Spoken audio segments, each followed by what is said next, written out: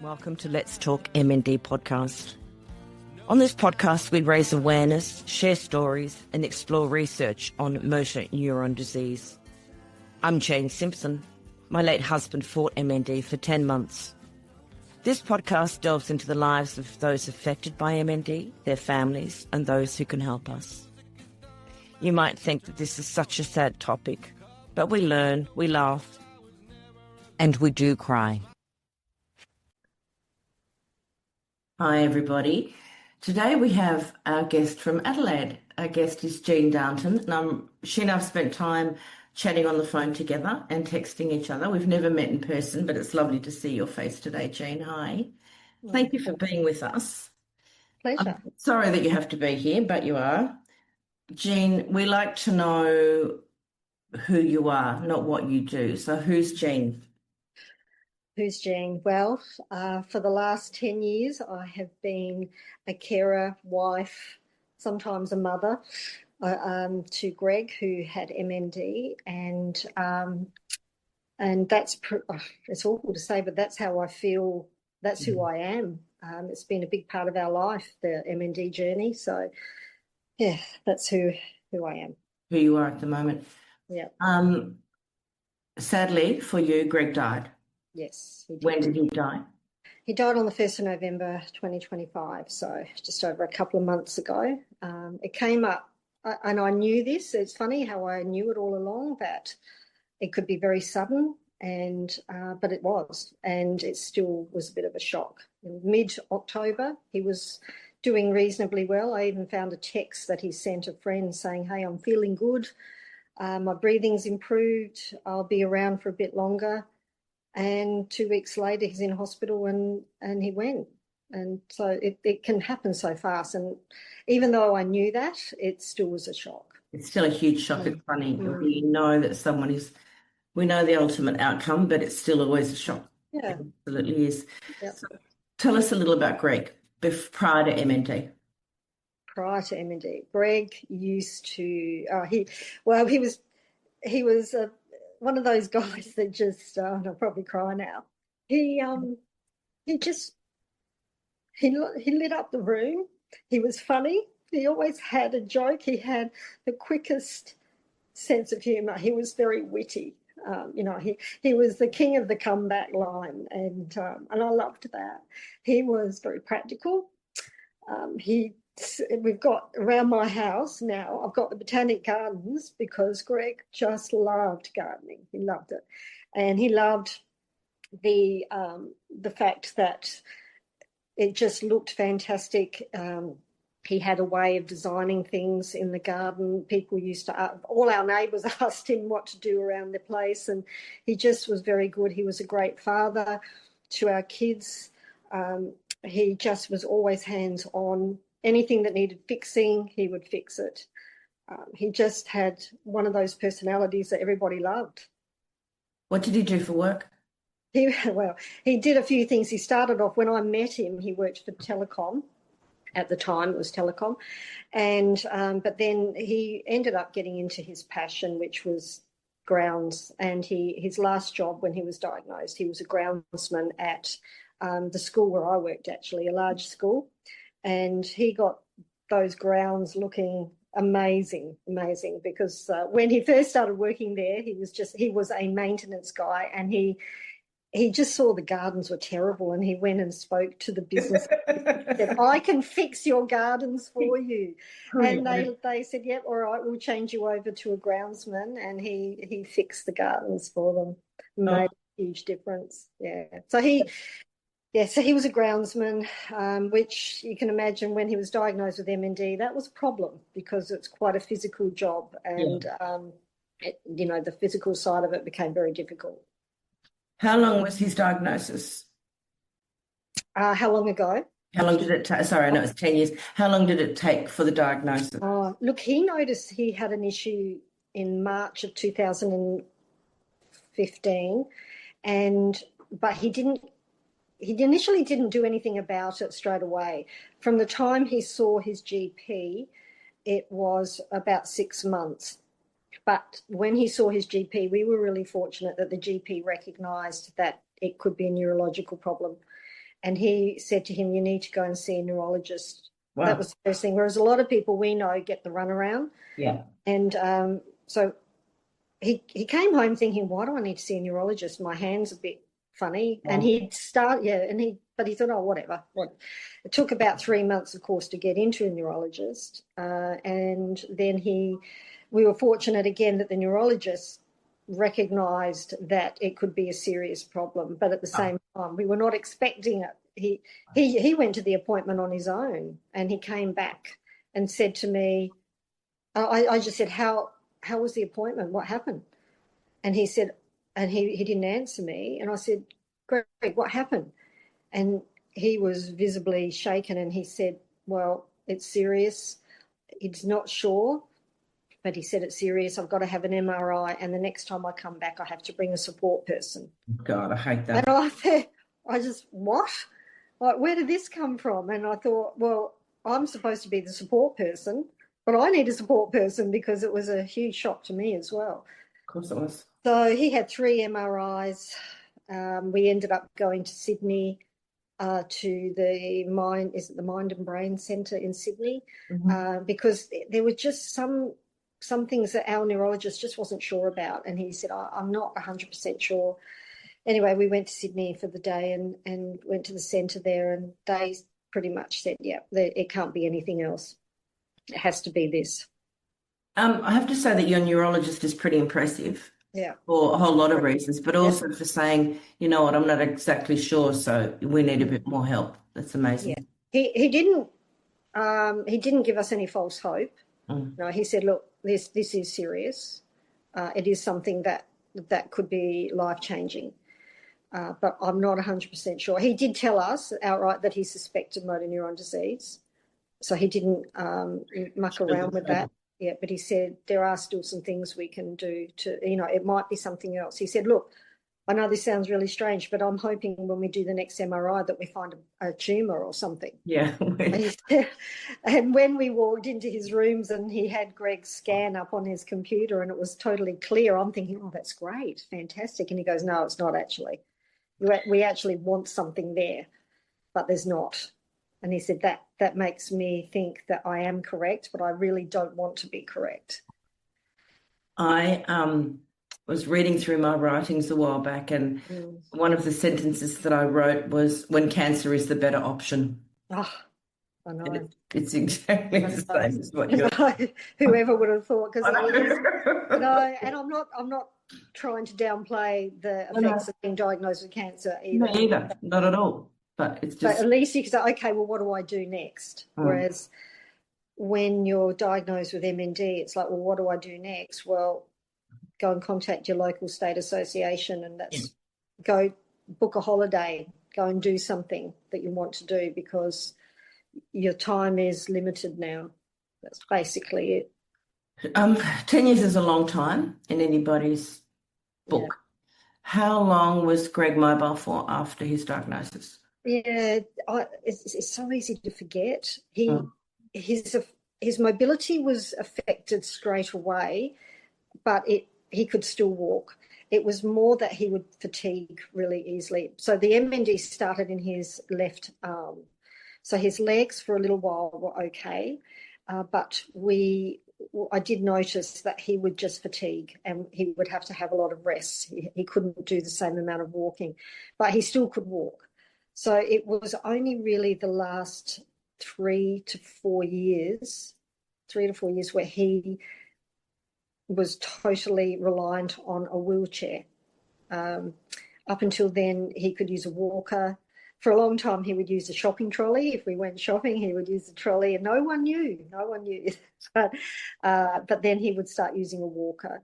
And then he went from a walker to a wheelchair, but he could still do short distances around the house. But if we went out, he had a wheelchair.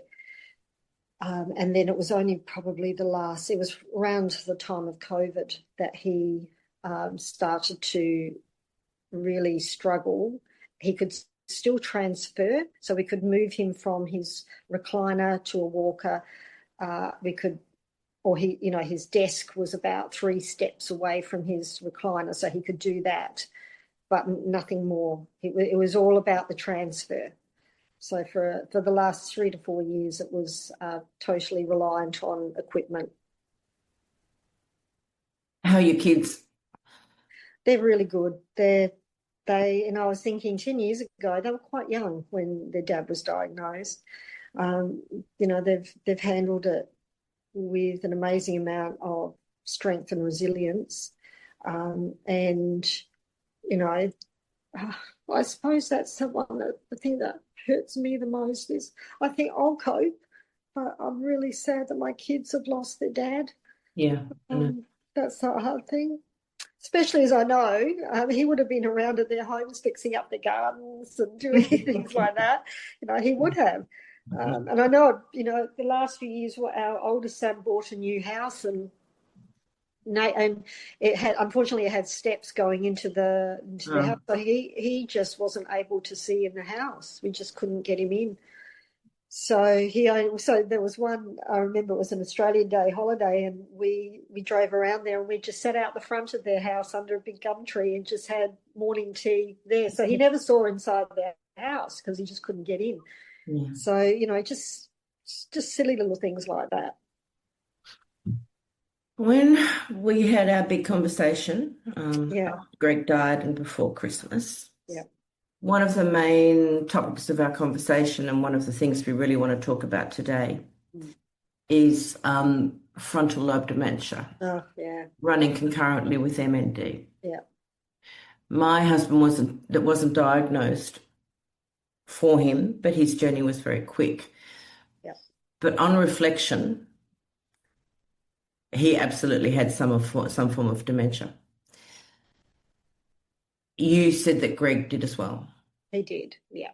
And maybe it was more noticeable because he had gone for 10 years. Yeah. I did notice early in the piece his change of personality when something didn't go quite right or quite the way he had planned it. He would just suddenly blow up.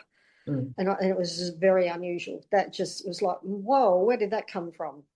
And I didn't know anything about frontal lobe dementia and MND. Yeah. It wasn't until I spoke to another beautiful friend whose husband has it and has had it longer than Greg. Well, he's still alive today. So it was only when I spoke to her, she said, with her husband, definitely. And she had done a bit of investigating and checked into it. She gave me the information. It was like, oh my gosh, this is a thing. It is real. It's not just me. It's not, because I think sometimes it was diagnosed as frustration on their part, which I get they do have. That is definitely, frustration is something that's very real, but it's more than that. And a change of personality. And it's not just them crying at the drop of a hat or laughing uncontrollably at jokes that are not that funny. That is part of it as well. But this was, they're harmless things. Those two things are harmless. I'm talking about what seemed to be a change of personality and also a change in how they process logic and things that he would plan to do, and my friend's husband as well, just don't make sense. It's like you haven't thought this through, and the consequences are huge. Have you thought about this? Have you thought about the other thing that will happen or possibly happen because of the decision you've made? And that's something that I didn't know anything about and came across and found out quite accidentally. So there are now studies happening. And my friend and myself were privileged enough to be part of a research project into the cognitive changes in not everybody, but definitely some patients with MND. And that was done by Rebecca Francis, who's based at Flinders University, and she's done a fantastic job making people in the MND community aware of it. As you said it, I was about to say exactly the same. Not everybody, not by a long shot. No.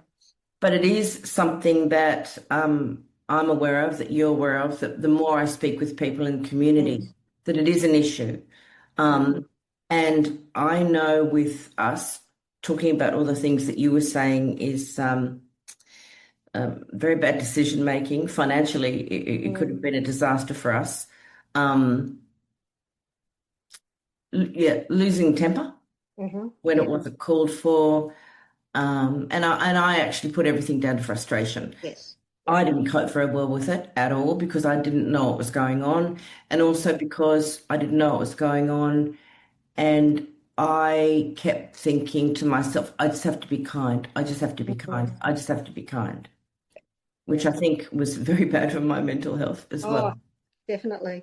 I had a bit of counselling earlier in the piece, and I had a counsellor say to me one day, she said, just because he has MND does not give him permission to be how he is. She used a different word. I'm Yeah. not sure I Let's could start say.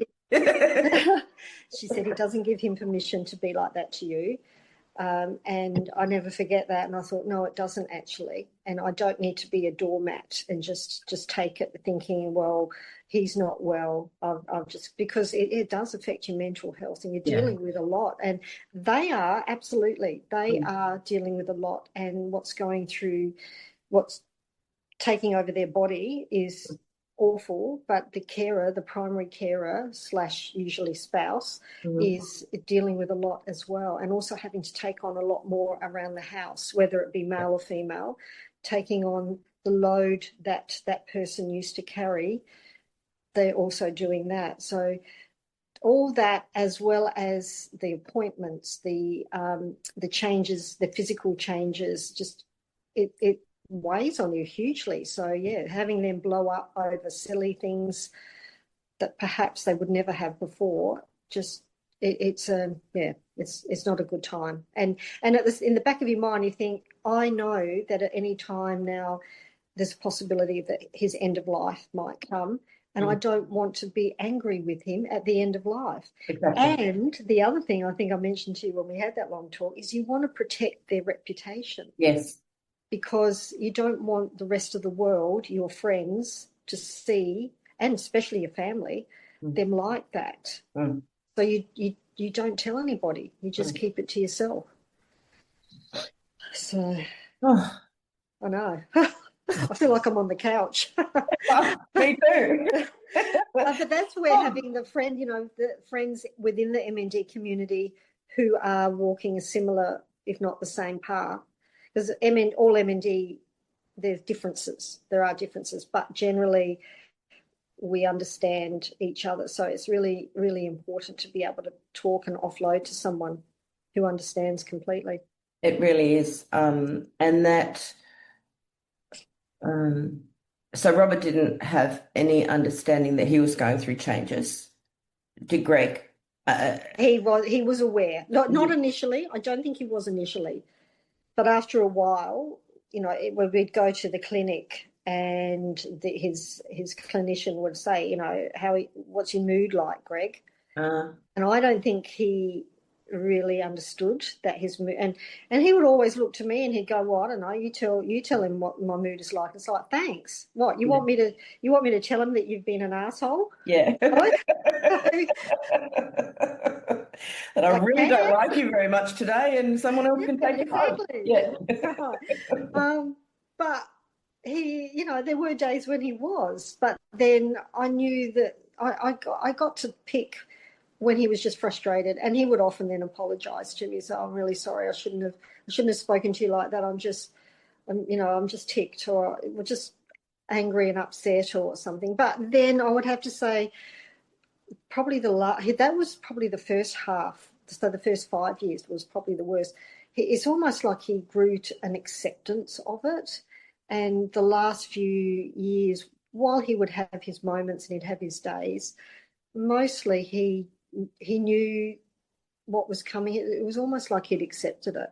And while he still wanted to live, he still wanted to be around, he just seemed to have a peace about it as well. So I can't really explain that. But He had did. faith, though, didn't he?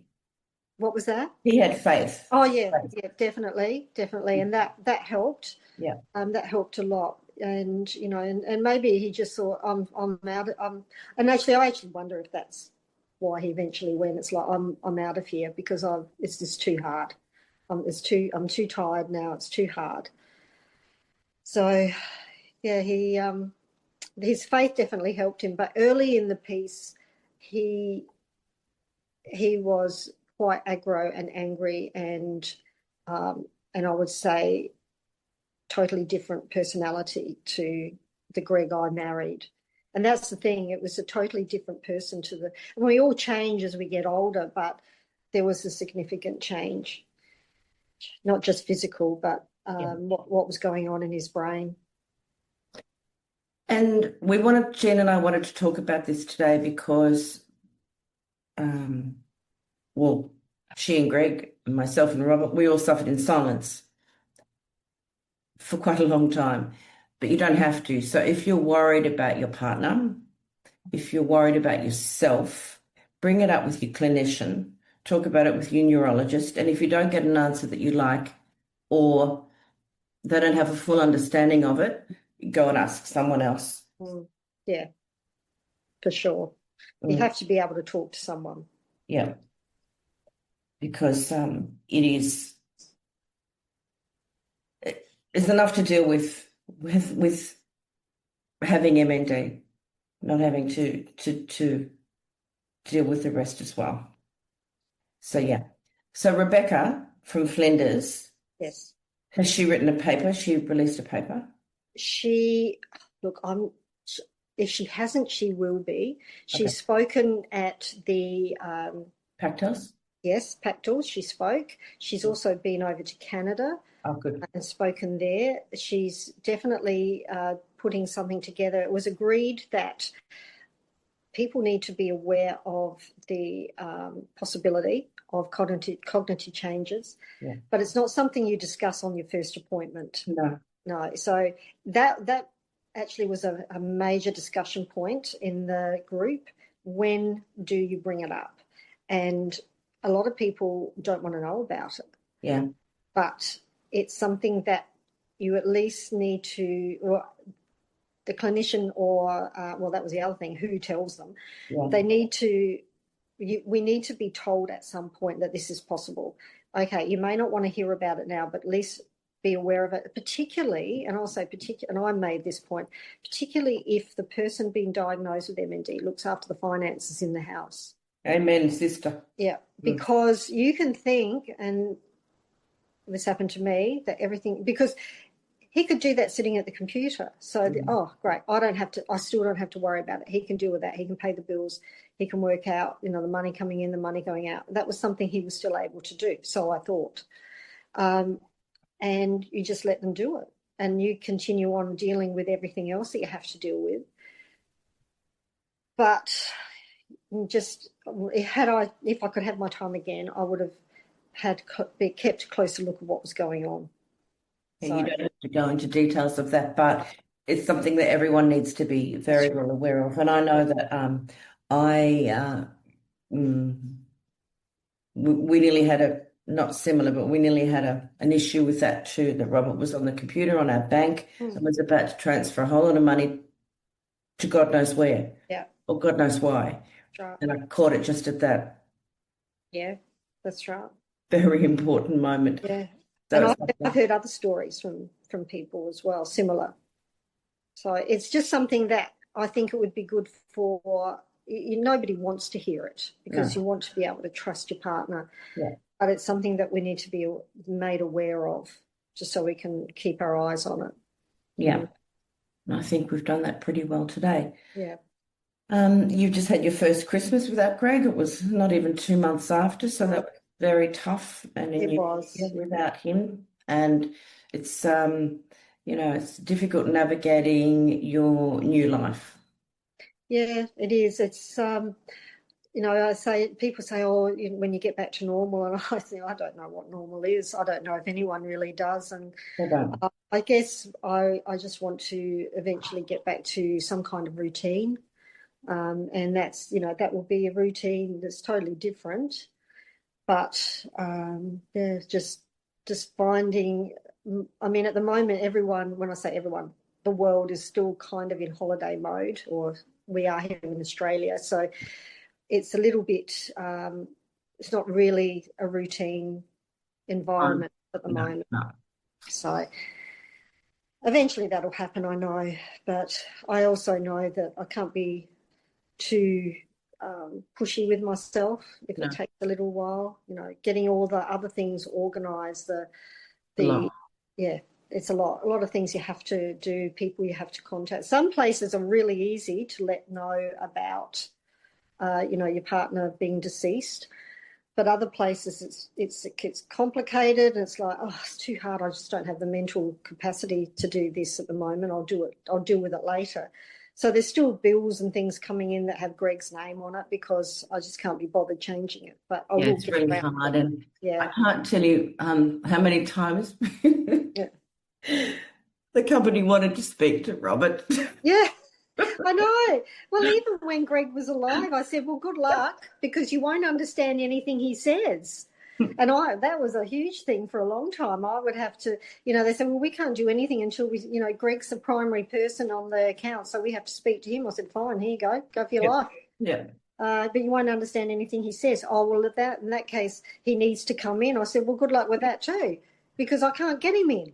So, it's like, what would you like me to do? I've got enduring power of attorney. What, that's not good enough? Yeah. In a lot of cases, oh my gosh, yeah, I was frustrating. at a bank one day in relation to what we were talking about before, and they would not talk to me. Mm. I said, well, he can't talk to you. He can't come in. They said, we'll accept an email. So I jumped onto his computer and I wrote an email and his signature, and then they would talk to me. So It's exactly the same thing. They said, we'll accept an email from him. I said, fine. So I sat at the computer, typed the email, probably get into trouble for saying that. I typed the email from regards Greg Downton. yeah. Like, seriously. Or I could have even got one of my sons to speak on the phone and that would have been fine. Yeah, we're honest It's people. just Well, we're almost honest. Yeah. It's so crazy. And the irony is, and the sad thing is, it was actually a lot easier dealing with the bank after he died. Yes. But I had a death certificate, so it was like, Yeah. okay, well, you're it. Yeah. But when he was still alive and he had no, well, to get him there, I would have required an ambulance, Yeah. and he couldn't speak on the phone. Mm. It was very difficult. It really is. So is there anything else you'd like to say about anything, really? Oh my goodness. I don't know. It's other than, like you said it earlier, is don't try and do it alone. Yeah. It's even if you just have one or two close friends in the MND community, it's really important to have someone that you can talk to who understands. I think one of the things that one day I'd like to do is write a handbook on the practical things, almost like you've been diagnosed with MND, what now? Because the associations are fantastic with helping in a lot of ways, but it's what do you do with Centrelink? What can you get from the government that will help you out?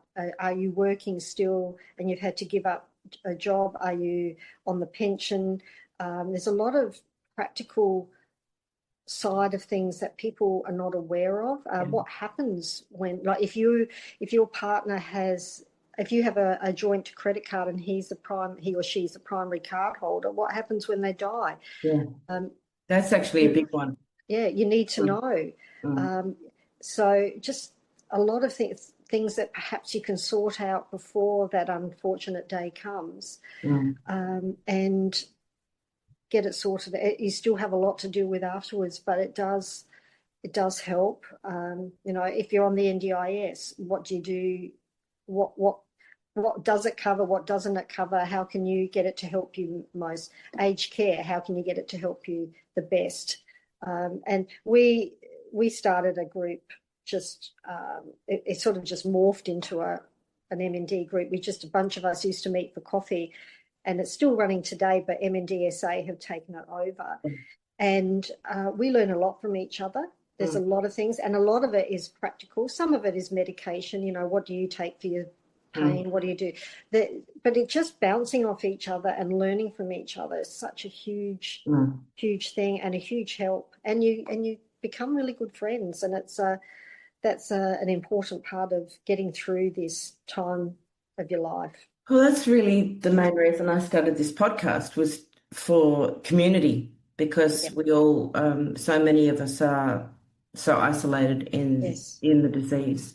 So Yes, it's extremely important. it is. I'm so grateful for you coming on. I'm so grateful for you talking about for talking about the dementia. We don't want to scare anybody. What we want to do is say that it's not uncommon. Mm. So be aware of it. If you are a person with MND and you're a little unsure, do something about it. And if you're a carer, caring for someone with MND and they're just not quite right, you know, in your gut, Yeah, then ask for help. Do something about it. absolutely. Yeah. Yeah, absolutely. So, yeah. Well, I think it's wonderful what you're doing. Thank you for doing these podcasts, because it's so important to feel like you're not alone, and Yeah. it's a great help for so many people.